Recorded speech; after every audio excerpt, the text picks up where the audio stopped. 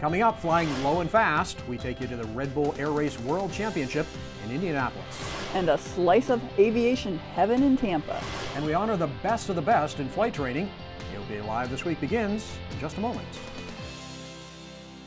Build and fly with the Sonex Aircraft B models. The B models offer more room and comfort, more fuel, more panel space, more engine choices, and the same great Sonex Aircraft flight characteristics. Learn more at sonexaircraft.com.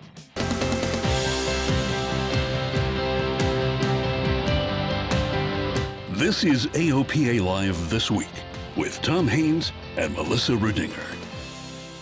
We begin this week with a problem, some solutions, and ultimately, hope and inspiration. First, the problem.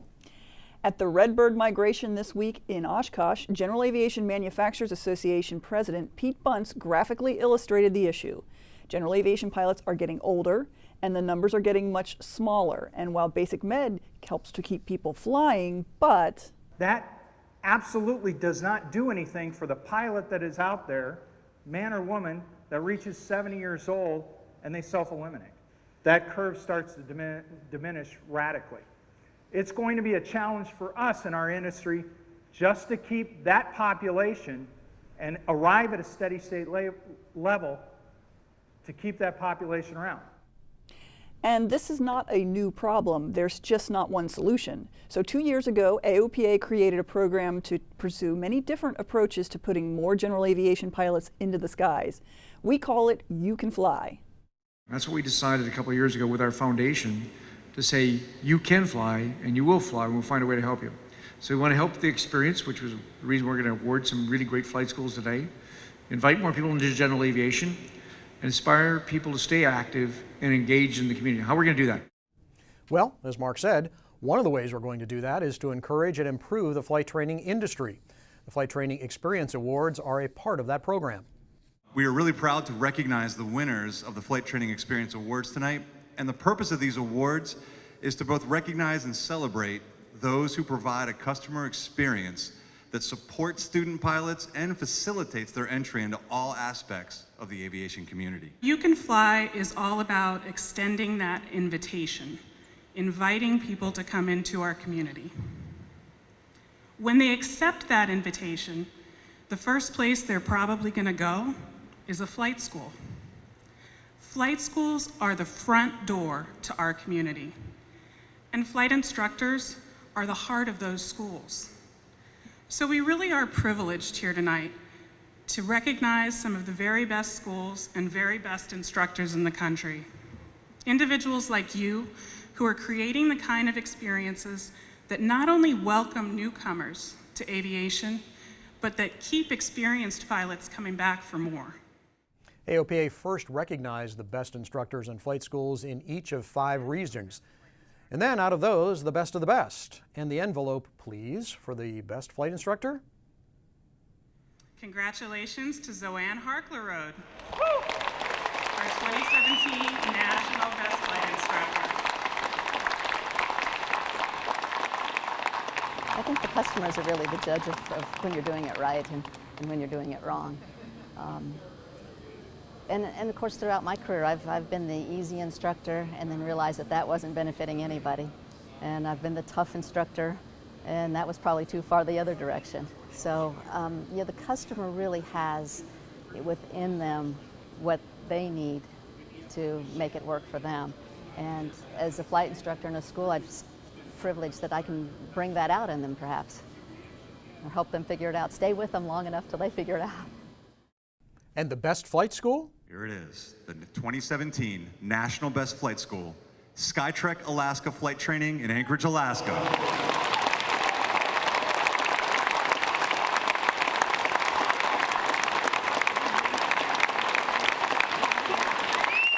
In the results, customers raved about owner Jamie Patterson Sims.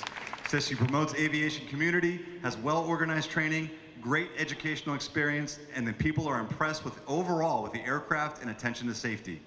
My greatest inspirations come from the students who I start with who have never flown before and have no background in aviation at all, and taking them from from 0 flight hours all the way up to their private pilot's license is just very gratifying, very satisfying for me to do that. And I will have to say there's been a lot of students who have come from previous instructors or previous flight schools who thought that they couldn't become private pilots, and after working with me for several hours, we achieved their goal of becoming a private pilot. Wow, congratulations to all the winners. It's quite an honor. I think we had a record number of survey entries this year, so it was really impressive to see what they've done. Much deserved recognition, yeah, really. And I'm glad we have this program now to recognize these folks. That's great. And flying clubs are another initiative of AOPA's You Can Fly program. And it's been a year since AOPA awarded a reimagined Cessna 150 to the Nate Abel Flying Club near Fort Worth, Texas. Just recently, the Flying Club sent out a video showing all the things they've done since winning the airplane last year. AOPA's willingness to spend resources such as this airplane on a flying club shows just how committed to growing general aviation AOPA really is.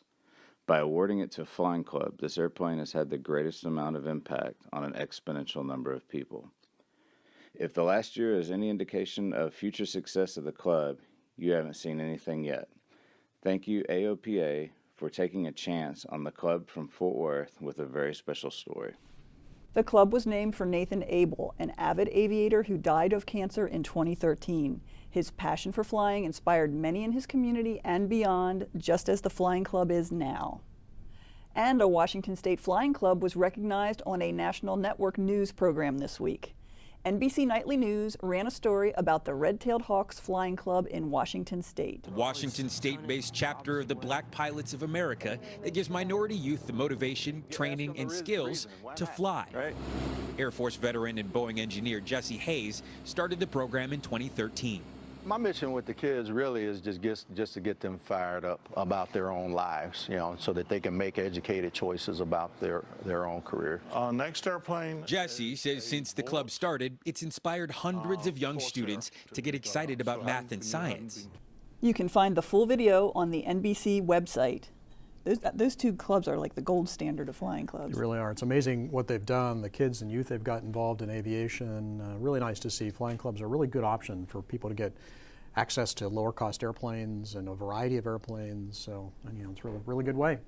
And while we were at NBA last week, we came across another pilot who is passionate about inspiring young people with aviation.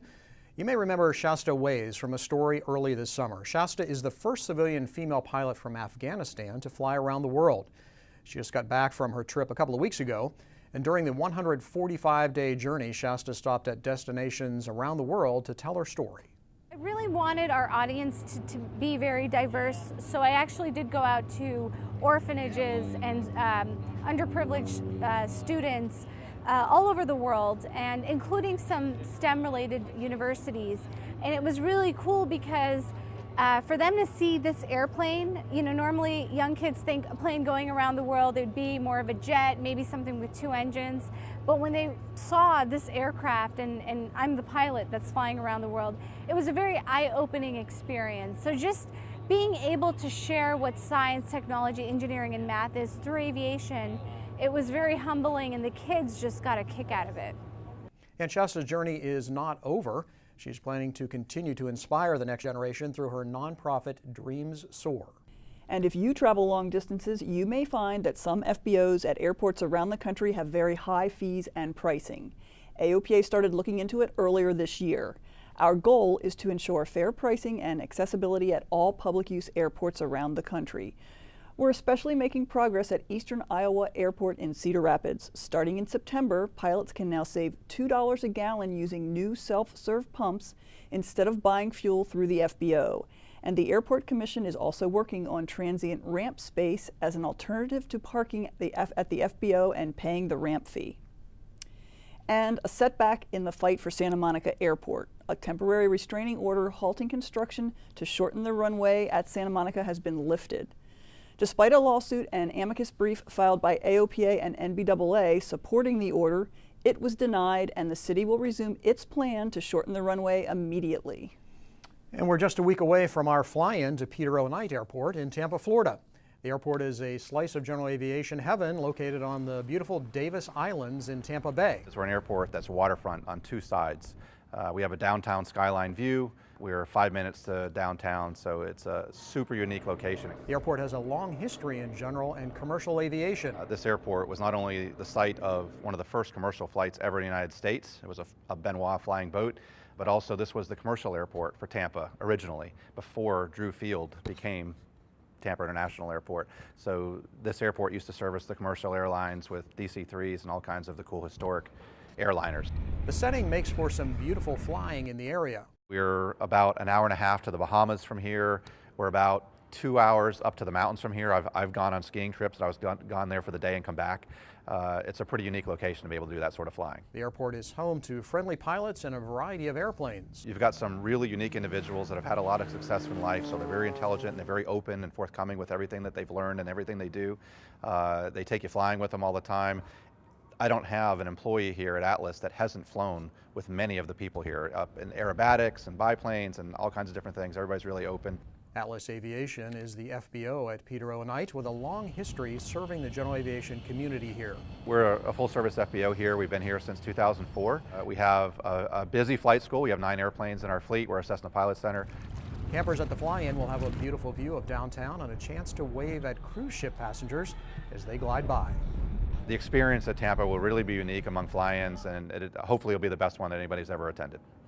And a quick reminder, if you're coming to Tampa, and we certainly hope you are, please read the pilot information packet and be familiar with the arrival procedures. And note that the airport will be closed each night of the fly-in, including Thursday. Safety is our top priority, so we don't want the risk that comes with airplanes moving in the dark with all the fly-in activity along the taxiways and runways. It's going to be a fun show.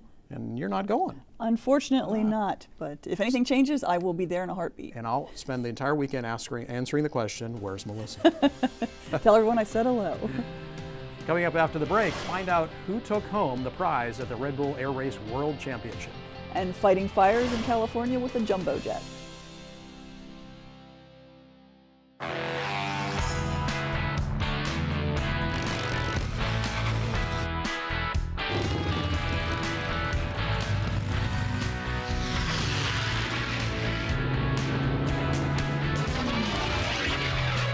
Brightline, instruments for professionals.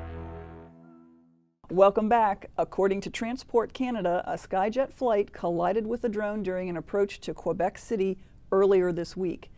The airplane had minor damage and was able to land safely. The collision is the first between a commercial jet and a drone in Canada. And the collision comes as reports of drone safety incidents have surged. The FAA believes a contributing factor is Part 107 commercial drone pilots flying near airports without authorization. There is a deluge of requests from Part 107 pilots for authorization to fly in controlled airspace. Right now, it can take up to 90 days to get that approval. To help, the FAA is seeking what it calls emergency clearance to quickly implement electronic authorization. Electronic authorization will allow near real-time approvals. AOPA is welcoming drone pilots into the aviation community while also working to safely integrate drones into the national airspace system. And one place no drone operators should be flying is around wildfires. There are once again reports of drones interfering with firefighting operations in California. If you are flying a drone or an airplane, make sure to check NOTAMs for firefighting TFRs before you fly. And thankfully, the worst of the wildfires in California are now contained.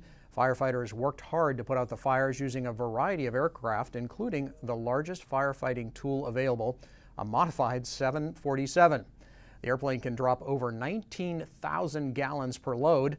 That is nearly twice what a DC-10 tanker can drop. The airplane, operated by Global Supertanker, is on standby to fly wherever it is needed around the world. And the Civil Air Patrol uses much smaller airplanes to help people. It's been about a month since Hurricane Maria pummeled Puerto Rico and the U.S. Virgin Islands, and CAP played a major role in helping with relief.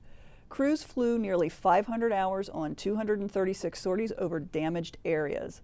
On the missions, photographers took valuable aerial images for FEMA and other rescue and aid workers. Now that the primary mission is over, many of the airplanes are heading back to the mainland. CAP members also volunteered in shelters and hurricane-affected areas, and that work is continuing. It's hard to believe, but winter is coming before we know it. And with that, the FAA is revising the descriptions for winter runway conditions. Last year, the reporting descriptions were completely changed to clarify the percentage of contamination. This year, the FAA is adding back some descriptive words like patchy, for example. The FAA also released a new list of cold temperature restricted airports where pilots need to correct for altimeter error at or below a certain temperature. You can find the list in the FAA's current NOTAM publication. Finally, this weekend wrapped up an action-packed season of air racing with the Red Bull Air Race World Championship in Indianapolis. AOPA Live's Josh Cochran has the story. From the roar of the engines to the enthusiastic crowds, the Red Bull Air Race is an aviation event like none other. This weekend, fans came out to the legendary Indianapolis Motor Speedway to see the adrenaline-filled race. These airplanes are like Ferraris, and there's nothing more fun than going out there and ripping the guts out of an airplane. We're going 230 miles an hour, pulling above 10 Gs, the gates are whizzing by. But the race planes weren't the only attraction. An aerobatic helicopter, hang glider, and Red Bull's wingsuit jumpers wowed crowds before the race. Drones, helicopters, and airplanes in the activation zone gave people new to aviation a chance to get hands-on with a variety of aircraft. The air race appeals to a broad audience. You get man, machine, and a clock, all working hard. There's no virtual reality in there. It's just pumping out as hard as you can. Blood, sweat, and tears and practice get you on the track. And I think that's something that aviation fans, young and old, can identify with. And the pilots put a lot of blood, sweat, and tears into the race this weekend. The qualifying round on a beautiful Saturday was disappointing to the American pilots. Chambliss qualified in 12, while Golian qualified in 8. Saturday night was anything but disappointing for AOPA members of the race. AOPA threw a party at the famous Brickyard. A great band, an air race plane, and some beautiful cars topped off a perfect day in Indy. This Sunday morning brought low ceilings and gusty winds, delaying the race and posing a major challenge to the pilots. Both Americans suffered pylon hits in the gusting winds. As the pilots went through the rounds, all eyes were on series leader Martin Shonka of the Czech Republic and second-place pilot from Japan, Yoshi Moroya. In the Final Four, Moroya had a perfect run, beating the track record and Shonka to take the series. It was the first series win for Moroya. Number 31 Moroya, 1 minute 3.026 seconds. And another first at Indy this year, the only female pilot in the series, Melanie Astlez, won the Challenger class race. The Challenger class final was canceled on Sunday, so her performance in the qualifying round stood to give her the title. It's been a lot of hard work. I mean, it's not easy to be a girl in the men's world, and I think it's just the fact of being the first one and opening the door. The thrill of the Red Bull Air Race is an experience not to miss. You know, I would say to anybody that hasn't been to a Red Bull Air Race yet, they should come to Indianapolis next year. To watch the airplanes at an air show is amazing. To watch pilots fight for the fastest time in a Red Bull Air Race is even more amazing. And you'll see 14 super talented pilots, 14 amazing teams, all trying to vie for a time and just splitting 1 to 5 in sometimes tenths of a second. Josh Cochran, AOPA Live.